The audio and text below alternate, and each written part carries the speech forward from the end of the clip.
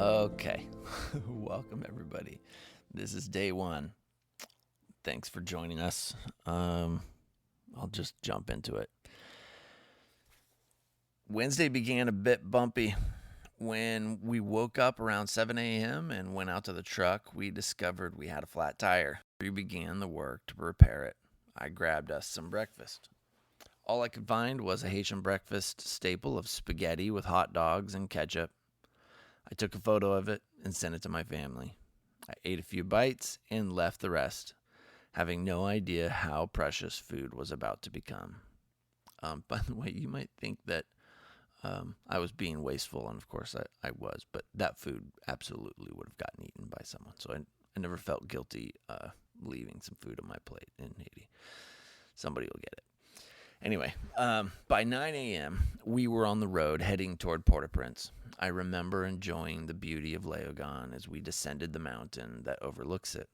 We bought 2 bags of beautiful mangoes on our way through Léogâne. I never got to eat any of those mangoes. We pulled into Carrefour at about 11:30 and pulled over to pick up Reggie. Remember, Carrefour is right before getting to Martissan. Reggie again to escort us back through Martissan. Because of the ease of our crossing 2 days prior, I was less concerned this time. So when Reggie and DJ were chatting outside the truck, it didn't raise any red flags. However, in retrospect, I believe they were discussing the fact that Reggie's gang contact that got us through the first time wasn't around today. We were 2 days early, and his guy wasn't there. I speculate that they reasoned they would be able to get through without him, and if in the unlikely event they had any issue, then they would be able to reach out to their contact and easily solve the situation. Nevertheless, we began down the road from Carrefour to Port-au-Prince through Martissan. I texted Bill at 11:32 to send his team to the warehouse to meet us. We would receive the food delivery truck there around 12:30. We entered Martissan like before, front windows down, tinted back windows up, rum bottles out the windows, thug faces on. We passed the gang toll booth without incident. A mile or so later, I actually began to imagine what it would be like if I were ever attacked in Haiti. I thought about how it would actually go down. When we were just a few hundred meters from safety, I actually happened to be thinking deeply about that very idea when 3 motorcycles, each carrying 2 gang soldiers, pulled up along each side of our truck. 1 moto on the right and 2 on the left. They were all armed with assault rifles. It was loud because of all the motorcycles, and my Creole was weak, so it was hard for me to figure out what was going on. Were these friends of ours here to escort us? Were these the guys from the toll booth here to make sure we had paid? I couldn't tell. They quickly looked inside the truck and spotted me in the back seat on the right side of the truck, along with my roller bag luggage, a clear sign of a foreigner, sitting on the seat to my left. One of them motioned to the other, and they opened the 2 left doors of the truck. They told DJ to scoot over. He did so quickly, ducking his head and shoulders down to fit between the center console and the roof. A soldier got behind the wheel. Another soldier climbed in the back seat with his well-worn but strangely clean AR-15 assault rifle.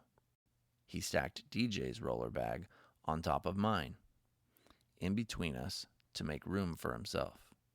It was all unexpectedly calm. No yelling, no pointing of guns. They closed the doors and began to drive away. The motorcycles all followed closely. We quickly made a U-turn back toward Martissan. Up to this point, I hoped that we were heading back to the toll booth. Maybe someone was upset and we would need to pay some large sum. I had about $4,000 US in various places in my bags, always separated so that I could tell any would-be thief, "Here, that's all that I have." So I was thinking I could likely buy my way out of any real trouble. When we made a left and turned off the main road and headed up the hill, I knew that we were in more serious trouble than I'd hoped. Martissant sits on the ocean front. The coast runs east and west, with the water to the north of the city. The streets are often muddy and flooded because the rainwater flows down the foothills toward the ocean. Any drainage-related infrastructure has long since been destroyed or never built at all. The main road through Martissant also runs east and west.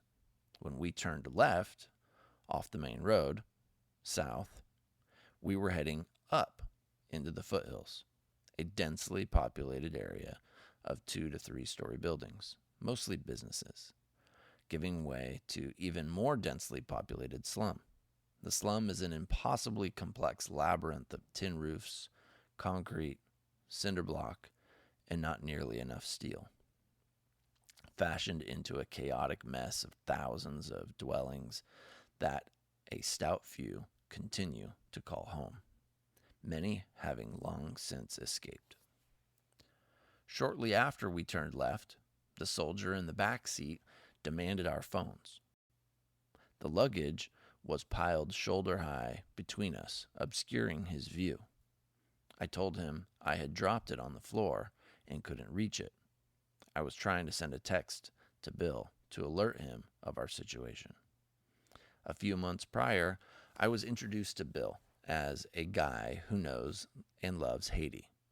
I needed someone to get me into Cité Soleil safely in order to serve the starving residents there, and Bill was my guy. I saw with my own eyes how deeply he loved those people. It was clear how long he'd been serving them, and that he had earned their trust. He had also earned the trust of each of the gang leaders that ruled those neighborhoods. Most gangs in Haiti have entered into one of 2 large alliances in the last couple years, not dissimilar to the allies and axes of World War II. They are called G9 and GPEP, or of the people. They are fierce adversaries. Bill seemed to know leaders within each, and even showed me a text thread he claimed to be between he and the top chief of GPEP that he had known since he was a kid. So when I was trying to text Bill from the backseat of the truck, I was hoping he'd be my get-out-of-jail-free card. The soldier bought my story about my phone on the floor, but only for a few seconds. He began to adjust the luggage and to allow him to see what I was up to. I feigned recovering the phone and handed it to him without successfully sending any messages to anyone. I conceded that at least Bill's team would be expecting me at the warehouse, would eventually notify him that I was missing. Bill knew I was traveling through Martissant and could certainly guess what had likely happened to me.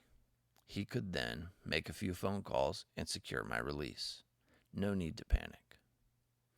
The soldier reached over to my side of the truck and grabbed my hat and covered my eyes with it, and pushed my head down in an effort to keep me from seeing where we were going. I was able to turn my head to the right enough to look out the window and did my best to remember the route. I counted the numbers of lefts and rights as we ascended the hill in hope of providing valuable intel to someone at some time. I wouldn't remember any of it. We eventually pulled into a compound that I would later learn was a seminary campus called Séminaire de Théologie Évangélique de Port-au-Prince that was taken over by the gangs a little over a year prior to my arrival. Once we drove through the gate and past the tall block walls topped with razor wire, I noticed how comparatively pleasant looking it was inside the walls. We kept driving quickly up a steep concrete road. We passed several other small buildings and many tall trees. Compared to the world just outside the walls, this place was remarkably spacious, with most buildings stood at least 100 feet from its nearest neighbor. So that's super spread out. I was used to a very dense environment. We drove about a quarter mile to the top of the compound and stopped in front of a small building, approximately 1,500 square feet building. Weeks later, I would learn that it was painted blue, but I didn't notice its color on this day. Our truck was surrounded by a new group of soldiers, most of them wearing masks of various types. The soldier to my left quickly disappeared, along with the soldier that had been driving the truck, seemingly into thin air. The new soldiers began pulling us out of the truck, forcing our heads down as if to obscure our vision of the area and those soldiers present that weren't masked. We were each walked into what we would later refer to as Room 2. Room 2 was a small, dark bedroom with an attached bathroom, likely the former dorm room of a seminary professor.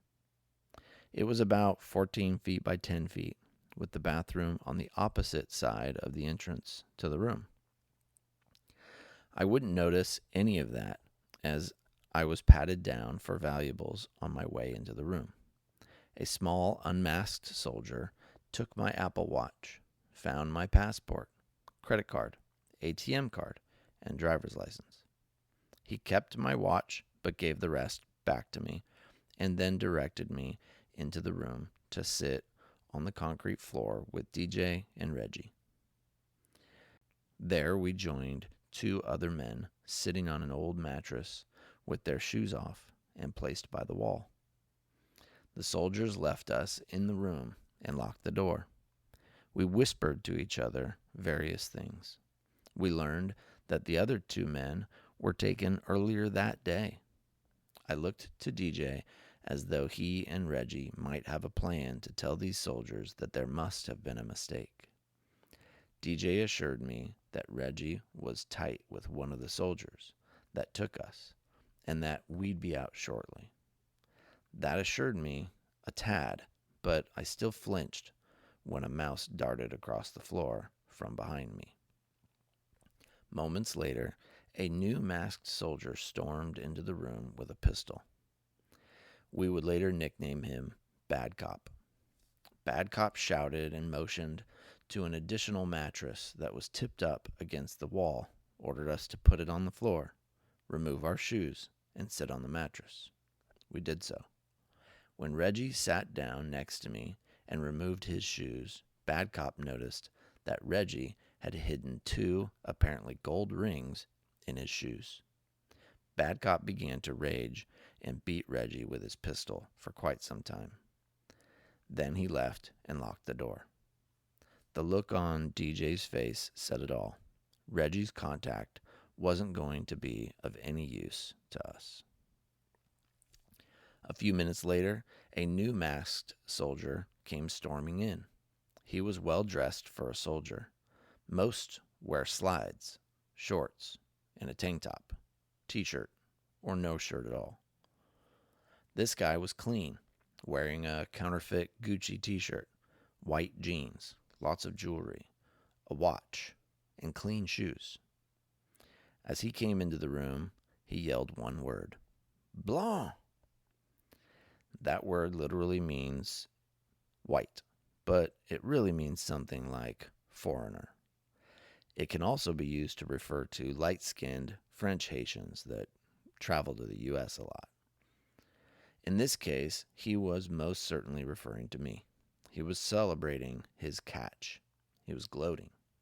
He began speaking Creole to me, but I understood none of it. He was speaking quickly with heavy slang, and his voice was muffled by his mask. I had no chance of catching much. I looked to DJ to translate for me. He pretended not to speak English. DJ was already positioning himself as a poor Haitian, unable to pay a large ransom. Speaking English would be a clear sign of presumed wealth. The soldier then asked if I spoke Creole. I told him the truth, that I speak some but wasn't understanding him at the moment. In order to test me, he squatted down and put his face in mine and began cursing and insulting me and my family. He was trying to get a reaction. He asked the others a couple of questions and then left. He returned a few minutes later and told me to stand up, grab my shoes, and to follow him. I did. When I stood up next to him, he said, "Whoa, yon gros blanc," which translates to, "Wow, big foreigner." I was 6'2", 245 pounds, and he was likely 5'10" and about 155 pounds. Yet, as we walked out of the room, he still turned his back on me when I was standing right behind him. He had no fear of me at all. We exited the room and made an immediate right turn through the door of an adjacent room that we call Room 1. As I walked into Room 1, I saw that there were 3 other captives in the room sitting on mattresses. A man and a woman sitting straight ahead of me, and another man seated to my right. I was told to sit between them in the far corner of the room.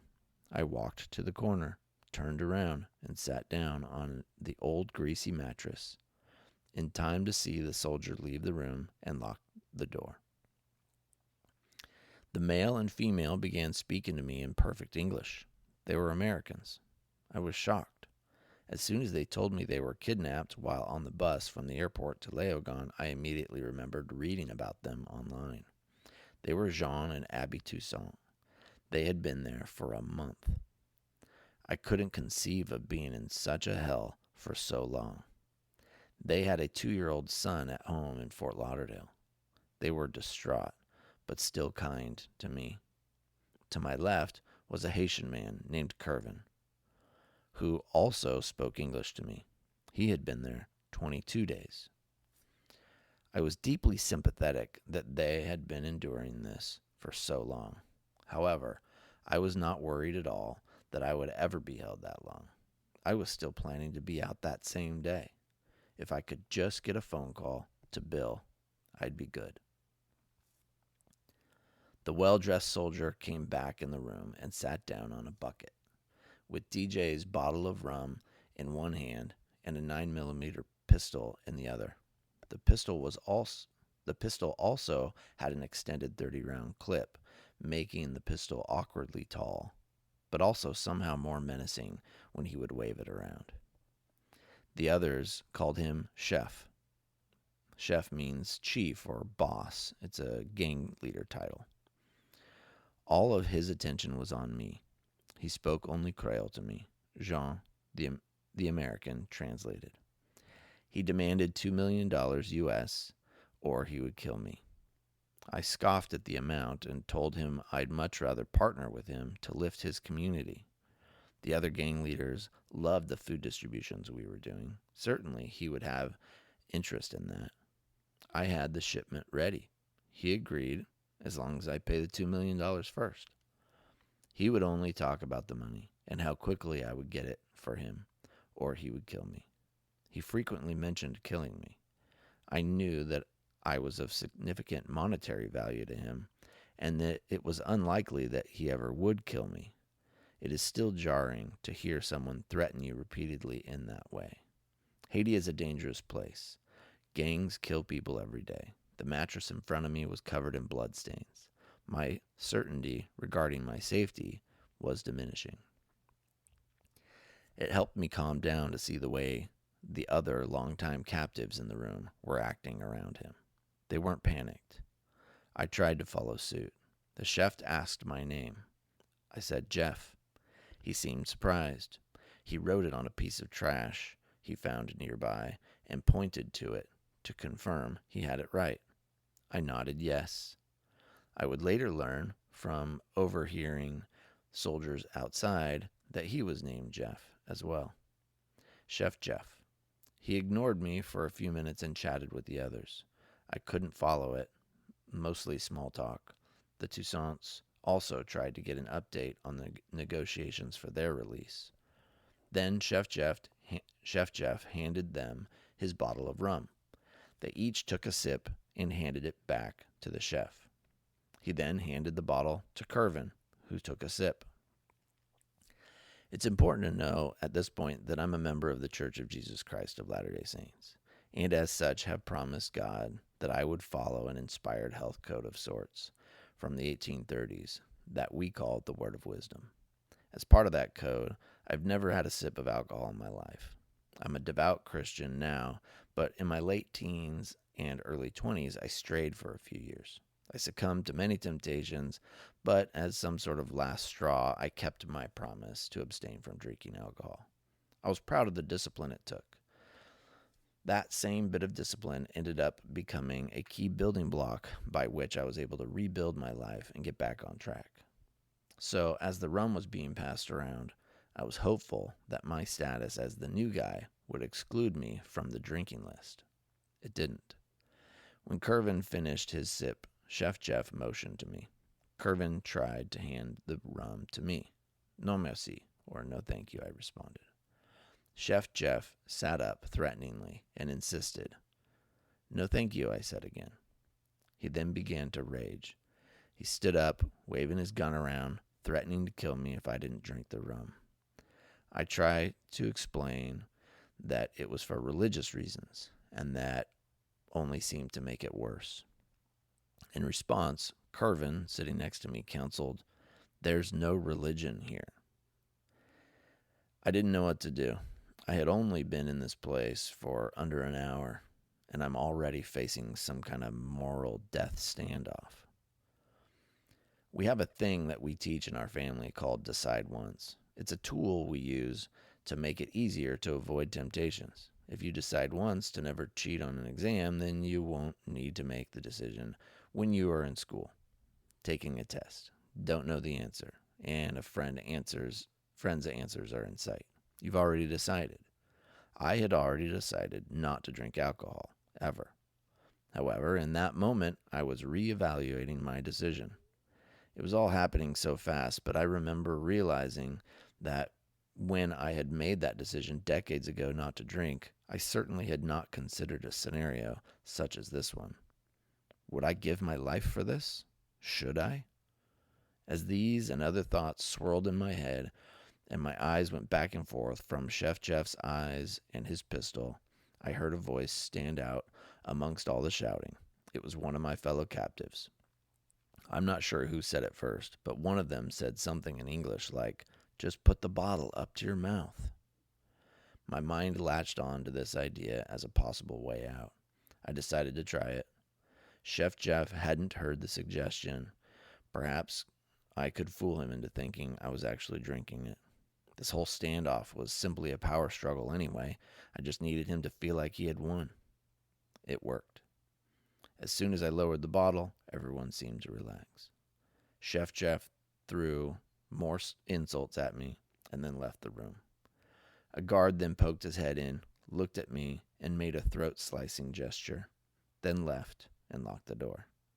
I thanked the others for having my back and apologized for bringing drama to their day.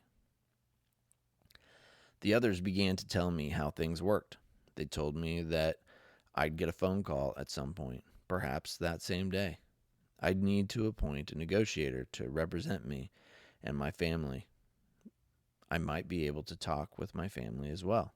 They told me a bit about the guards, their nicknames, which are cruel and which are helpful. They said they had been fed most days. And had enough water to drink, quote, when you're thirsty. I was hearing their words and taking in the information they were sharing, but mostly just out of curiosity because I had yet to accept that I would be staying there. I was still convinced I had a get-out-of-jail-free card. Bill. If I could just get a chance to make one phone call, I was certain things would start moving quickly. Around 3 p.m., we heard the rattle of the latch on the door. It was Chef Jeff returning. He didn't pay any attention to me. He was there to talk to Curvin and the Toussaints. I was hoping that he was coming to give me my phone call. When he stood up from his seat on the bucket to leave, I asked to use my phone. He said, "Soon."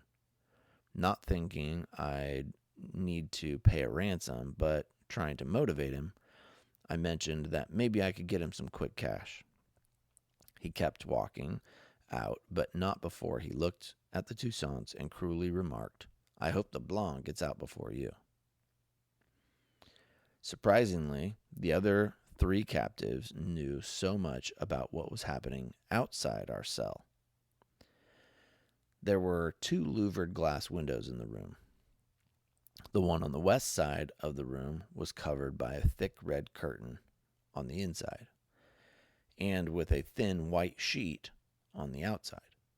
The other window was on the north side and was not covered, however, the louvers were closed and the glass was frosted, obscuring any view to the outside.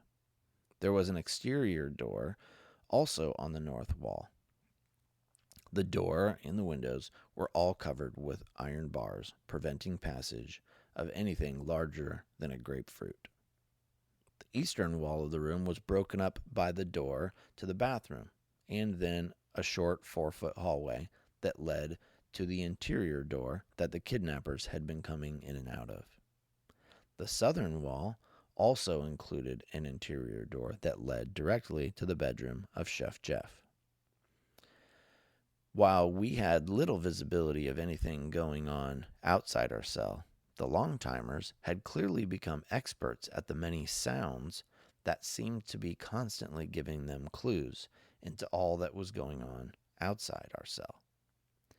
They knew voices, car sounds, motorcycle sounds, doors, gunfire throughout the day, most days. That's supposed to say that the gunfire was happening throughout the day, most days.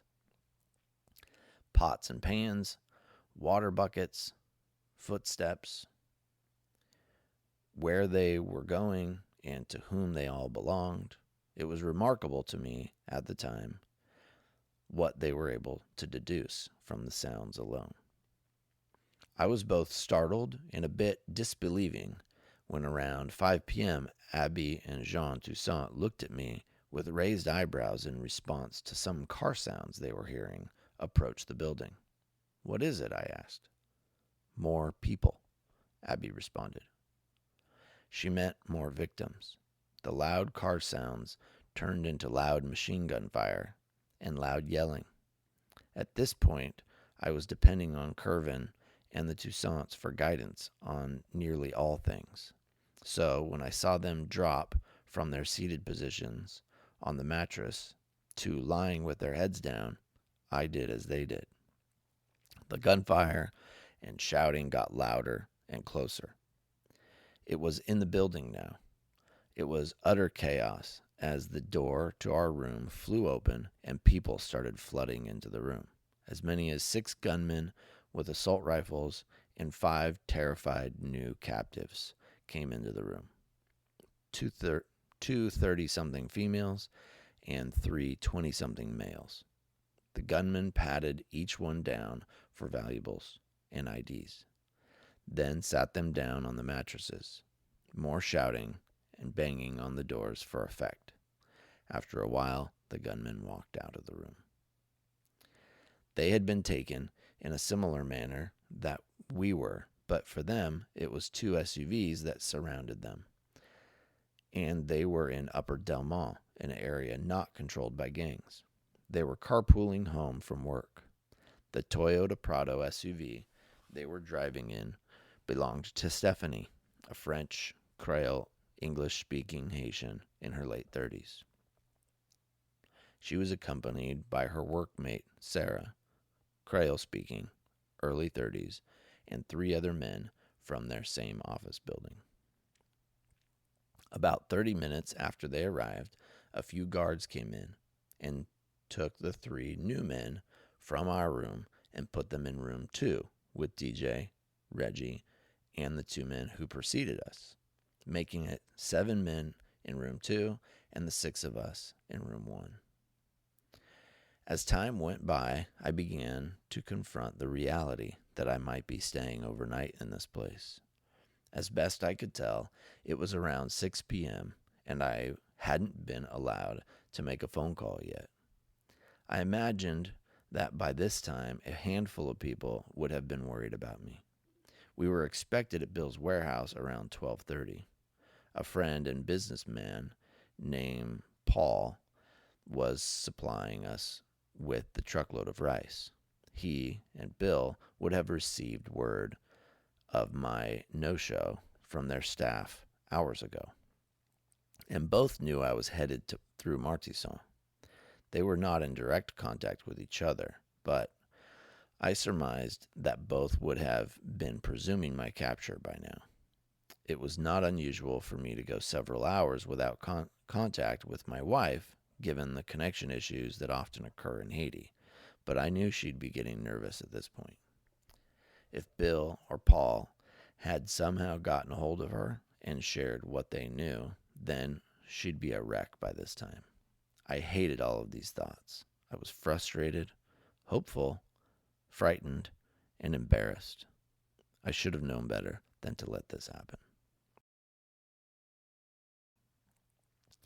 At 6:47, Chef Jeff brought my phone to me to make a call. I grabbed my phone eagerly, excited to get a hold of Bill, my ticket out of this hellhole. I had signal, but just barely. American phones in Haiti typically go back and forth between the two major carriers in Haiti, Digicel and Natcom. Each one boasted 4G LTE speeds in most of Port-au-Prince, but for the last year or so, I've only ever seen 3G speeds at best. When I looked at my signal strength, it displayed one bar on E. That stands for Edge Network. It is the worst network speed and only permits phone calls. This would make it impossible to make phone calls through WhatsApp. My heart sank. After a moment, I saw the phone switch to 3G. I dialed Bill. When he picked up, I made it clear that I had been kidnapped and tried to send him clues as to where I was being held. I hoped that my location would be useful for him to know which gang leader to call in order to secure my release. I told him that he was my one phone call. He was a bit caught off guard when I told him that. That surprised me. He was always so cavalier about his tight relationships with the gangs that I presumed that this ask would be a no-brainer for Bill. I expected something like, "All right, dude, stand by, let me make a call and get you out of there." My relationship with Bill was not a close one, but I believed that I had earned his respect and at least some degree of loyalty. His uncertainty on the phone left me wondering if he had misrepresented his influence with the gangs, or did I misunderstand my relationship with Bill? It was all happening quickly, and with Chef Jeff standing over me as I kneeled on the mattress. I was on speakerphone, but Chef Jeff couldn't understand any of it. Kervin, Stephanie, and the Toussaints could understand. As I gave Bill clues to my location, I hoped that the other captives would not say anything to Chef Jeff. I closed my conversation with Bill, asking him to call my friend and colleague, Diego. Diego and I had worked closely together with a nonprofit called Our Rescue, formerly known as Operation Underground Railroad. Okay, sidebar. Back in 2014, my family and I went over to the home of my brother and sister-in-law for dinner. They told me about a nonprofit that was just getting started. They were trying to combat child sex trafficking around the world. I had never even heard of such a terrible thing. As our host educated my wife and I about the significance of this global issue, we were both stunned. I remember walking around that night in a bit of a daze. I was there at dinner, but my mind raced elsewhere. How could this be happening to children in this day and age? Shortly thereafter, Mary and I met Tim Ballard, its founder, and got involved immediately. We didn't have any money to contribute, but I had a small advertising agency at the time and volunteered to start representing them pro bono. Over time, we learned more and more about the complexities and challenges surrounding child trafficking. One of those issues is aftercare or survivor care. Often, the children who we rescue have nowhere safe to go after they're freed. In 2018, Mary and I decided to grow our family through adoption in order to try to assist one or more rescued children. When I called Tim to ask him from which country he thought we should adopt, he didn't hesitate. Haiti. He was right. There is no country on earth that does not have child sex slavery.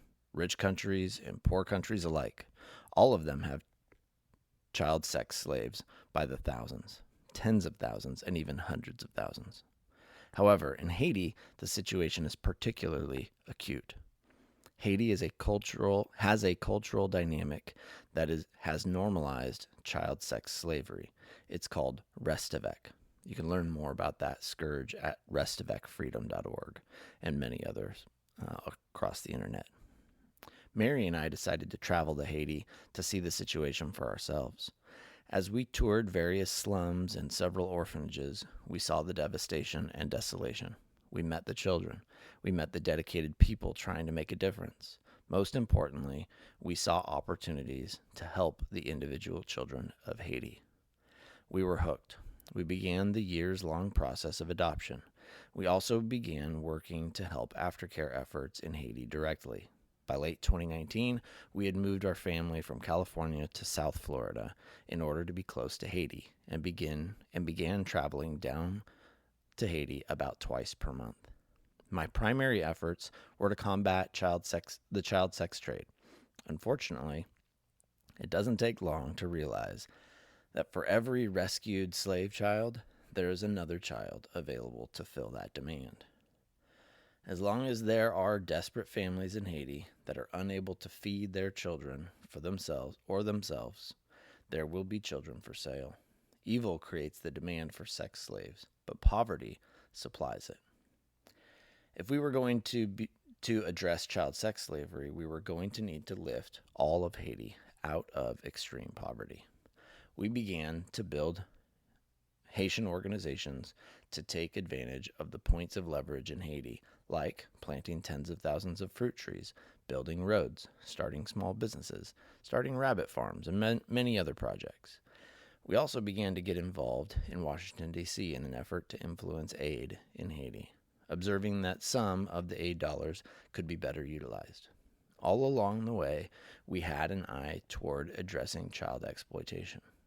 Every vulnerable community we targeted was assessed for potential restavek children and children vulnerable to trafficking recruitment. Our economic development and food security initiatives were always designed to increase the safety of these children. Operation Underground Railroad was by my side throughout this time and often funded many of our projects. Our Rescue was by my side throughout this time and funded many of our projects. End of sidebar. I met Diego in 2021. He was the new Our Rescue Operations Director over the Caribbean. He would be my new point of contact. We began doing operations together in Haiti and the Dominican Republic, where traffickers often take their Haitian slaves. Diego had a deep resume in the American military special ops, as well as private security. He and I hit it off immediately, and I knew I could trust him. That trust had only increased over time. So, when I got my first phone call after being kidnapped, I asked Bill to call Diego. I knew that Diego would send up the bat signal to my people immediately. I knew he would start working on putting a team together to get me out, as well as contact my wife, Mary. I gave Bill his phone number and then had to hang up. I handed my phone back to Chef Jeff, and he walked away, content. The kidnappers know that it takes some time to collect any ransom, so they are content once that scramble process has begun. They seem to delight in the terror happening on the other end of the phone line. It was only after that phone call that I began to finally accept the fact that I would be staying the night in this place. I would later learn that Bill called the U.S. Embassy and never called Diego. He somehow misunderstood me and thought that Diego was the name of one of the kidnappers and simply provided that number to the embassy as a lead. The embassy would eventually contact Mary at around 9:30 p.m. that night to give her the news. Jeff had left for another Haiti trip, like he had done dozens of times before. However, the last few trips had felt different, maybe in part because of the growing unrest in Haiti. So we had been increasingly diligent with our prayers surrounding the necessity of each of these trips. People were starving, though, and we both kept feeling very peaceful about moving forward with the mission trips. Jeff arrived in Haiti on the 10th, and the morning of the 12th, we were still communicating as we normally would. Around noon that day, I was driving around running errands by myself. I had a clear prompting run through my head. The undeniable thought was, if things ever go bad for Jeff, you need to call Doug. I remember thinking that was weird because although we knew and really liked Doug, we were not super close friends yet. I knew some of his impressive resume. I still to this day don't think I know most of his extensive accomplishments. And was nodding to myself, yeah, that would be a good idea. I left that thought and moved on with my day. I would eventually find out that same moment I was prompted with that thought may have been precisely the very moments Jeff was being taken. God certainly is good. As evening approached, I hadn't heard from Jeff. I was beginning to get annoyed, mostly because we have had many times that he was out of range or his phone would die on trips like this, and I would worry without cause for hours at a time. I was trying my best not to do that. As I was getting ready for bed, I was worried, but still not overly so, like I should have been. Around 9:30 p.m., after I had gotten our 4 youngest children to bed, I went in my room to wind down, and my phone rang with a strange Haiti number. I remember thinking maybe Jeff had to borrow one of his security guy's phone and was calling me from that. Boy, was I wrong. The man on the phone told me he was calling from the embassy in Haiti with news about my husband. He had strong evidence that Jeff had been kidnapped that day and was working on getting me more information. I'm not sure what else he said. He had me write down his name and number and another name and number of a man from the FBI that would be calling me. He said a lot, but I couldn't focus on anything he said. My brain kept repeating the message I had received earlier that day. You need to call Doug. As soon as I hung up the phone, I called Doug. He was in California on business and happened to be having dinner with a buddy that would also prove helpful. Doug acted immediately with complete devotion and willingness to do any and all things necessary to help get my husband home. As he calls it, Doug sent out the bat signal to all his networks to find out all he could about Haiti and what his available assets were. He gave me a few assignments to start shutting down all of Jeff's social media and business media and banking accounts and to keep my family as quiet as possible. I remember having my older girls help me with this. He asked for the names of the FBI guys I had been given so he could check up on them as well through his contacts. After that first phone call to Doug, and once I felt like I had someone on the job, I broke down. I fell to the floor and started bawling my eyes out. My oldest daughter walked in the room. She had heard me. She was then followed by my next 2 oldest. I couldn't not tell them. It was all too real and raw. They were in it with me. We all sat there stunned, not knowing what to think. They mostly had their hands over their mouths and didn't know what to say. They kept just looking to me to know what to say and what to do, and I was clueless. None of us slept that first night. I called Jeff's parents and my 2 sisters that I was closest to, and spent most of the night talking to Doug on and off. I had no idea it was coming, and that is probably a good thing.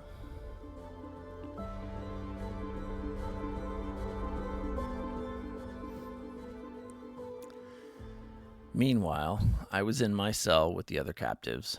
The city power cut out around 10 p.m., and the kidnappers started a generator that sat just outside the bathroom window along the north wall. It was loud. The only light we had in our room was an 8-foot-long string of red and blue twinkling LED lights that ran from the door jamb of Chef Jeff's room, across the hallway the kidnappers entered through, and down the eastern wall. The lights hung low enough to cause most entrants to duck under them when entering or exiting the room. There were 3 mattresses that covered the floor, other than a small path of exposed concrete on the south wall near Chef Jeff's door, and along the eastern wall by the bathroom door. The Toussaints laid on the twin mattress under the western wall window. Stephanie and Sarah were on the twin. Parallel to them, Curvin and I shared the bed that laid perpendicular to the others. Curvin claimed the spot under the north window. I was next to Curvin on what was likely a pretty nice mattress some time ago, but at this point had so much filth, grease, skin, and nearly infinite generations of bed bugs that it was well past its prime. The heat was predictably uncomfortable. There was a small fan on the ground near the hallway entrance, swiveling from side to side. It didn't help much. It was a very long night. The kidnappers played dance music incredibly loud all night. And I like loud music, but this was obnoxious. The LED lights stayed on. My thoughts raced, but I was too tired to think clearly. So many questions. What will happen next? How is Mary holding up? When will I get my phone again? Will Bill be able to get me out? Will the scare tactics continue tomorrow? Will we get food? Repeat. All night long. About 5 a.m., the generator ran out of fuel. The music stopped. The twinkling LEDs stopped, but the fan stopped as well. I may have slept at some point, but any time I seemed to get close, gunshots would ring out, sometimes far away and sometimes just outside our windows.